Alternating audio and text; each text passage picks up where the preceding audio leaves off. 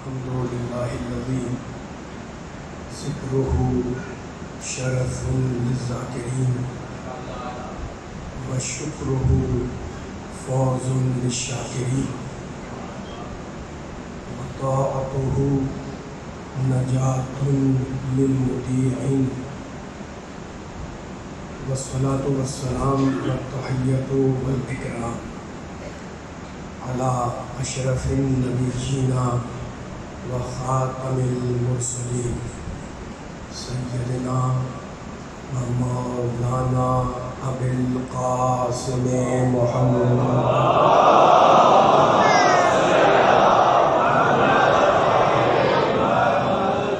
وأهل بيته الطيبين الطاهرين المعصومين المظلومين. أما بعد فقد قال الله سبحانه وتعالى في محكم كتابه المبين. بسم الله الرحمن الرحيم. من عمل صالحا من ذكر أو أنثى وهو مؤمن فلنحيينه حياة طيبة. صلوات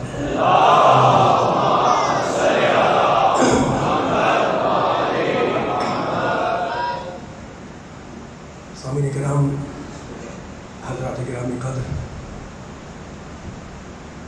قرآن پاک واضح الفاظ میں یہ اعلان کر رہا ہے کہ اچھا عمل کرنے والا مومن کبھی مرتا نہیں ہے. من عمل صالحا من ذکر او انثی، مرد ہو یا عورت، اگر عمل صالح انجام دے رہے ہو ایمان کے ساتھ تو اللہ کہہ رہا ہے فَلَنُحْيِيَنَّهُ حَيَاةً طَيِّبَةً، ہم ایسے انسان، ایسے مرد، ایسے عورت کو زندہ رکھیں گے اور اسے وہ اجر عطا کریں گے جو اس کے عمل سے کہیں زیادہ بہتر ہوگا. عزیزوں، پروردگار عالم نے ہدایت بشر کے لیے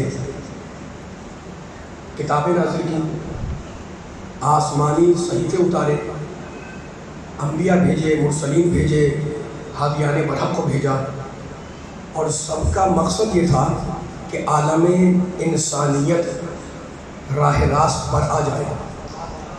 آدم جنت چھوڑے یہ اللہ کو گوارا، نوح علیہ السلام طوفان میں گر جائیں یہ اللہ کو گوارا، ابراہیم آتش نمرود میں ڈال دیا جائے یہ اللہ کو گوارا، موسیٰ نیل کی موجوں میں جائیں یہ اللہ کو گوارا، عیسیٰ تہمت عصمت مادری سے دوچار ہو جائیں یہ اللہ کو گوارا، ہمارا اور آپ کا نبی مرسل اعظم مکے کی گلیوں میں لہو لہان کر دیا جائے یہ اللہ کو گوارا، لیکن انسانیت بے رہنما کی رہ جائے یہ اللہ کو برداشت نہیں ہے.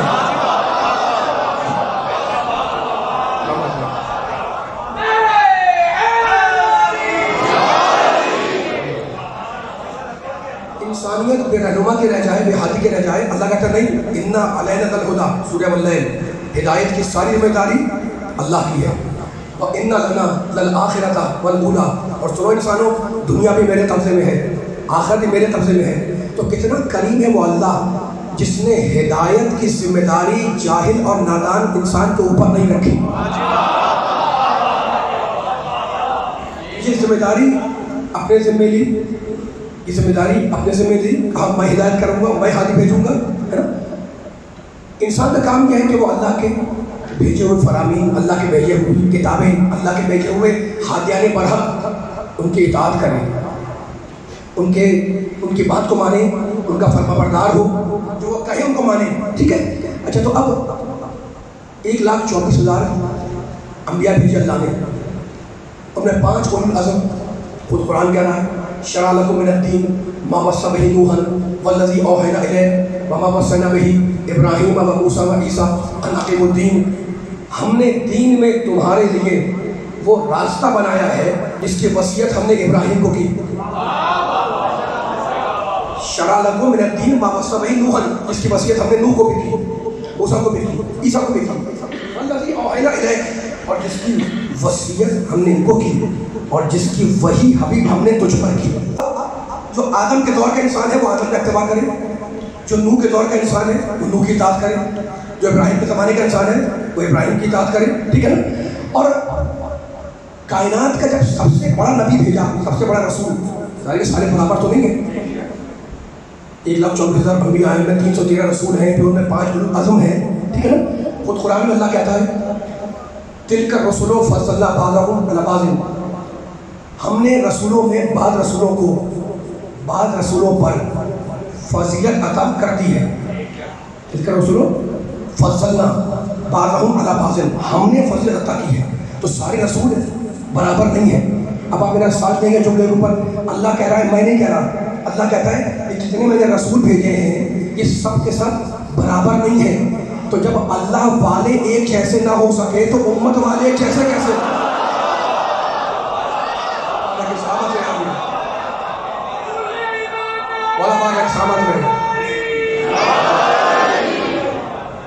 ایک دین محمد تیری تقدیر علی ہے، ایک دین محمد تیری تقدیر علی ہے، آیات کے ہر حرف کی تفسیر علی ہے، آیات کے ہر حرف کی تفسیر علی ہے، بے ساختہ کہتی ہے بصیرت میرے دل کی، بے ساختہ کہتی ہے بصیرت میرے دل کی، قرآن کی مبعوثی تصویر علی ہے، نعرہ حیدری،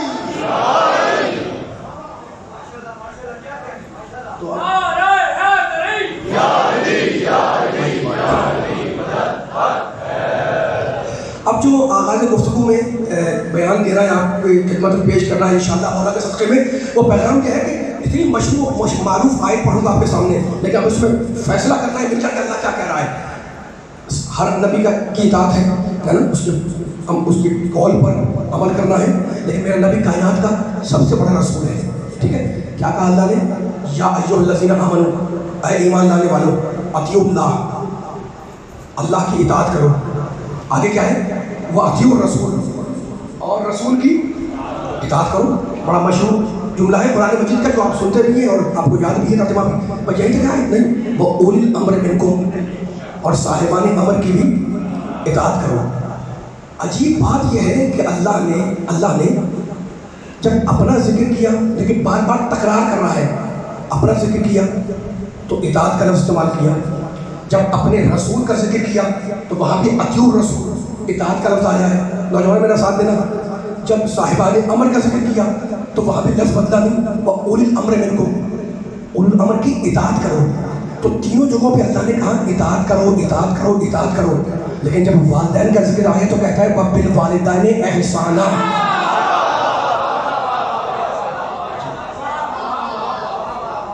وَبِالْوَالِدَيْنِ إِحْسَانًا، یہاں اللہ نے لفظ اطاعت نہیں رکھا، یہاں کیا کہا اللہ نے؟ اپنے ماں باپ کے ساتھ کیا کرو؟ احسان کرو۔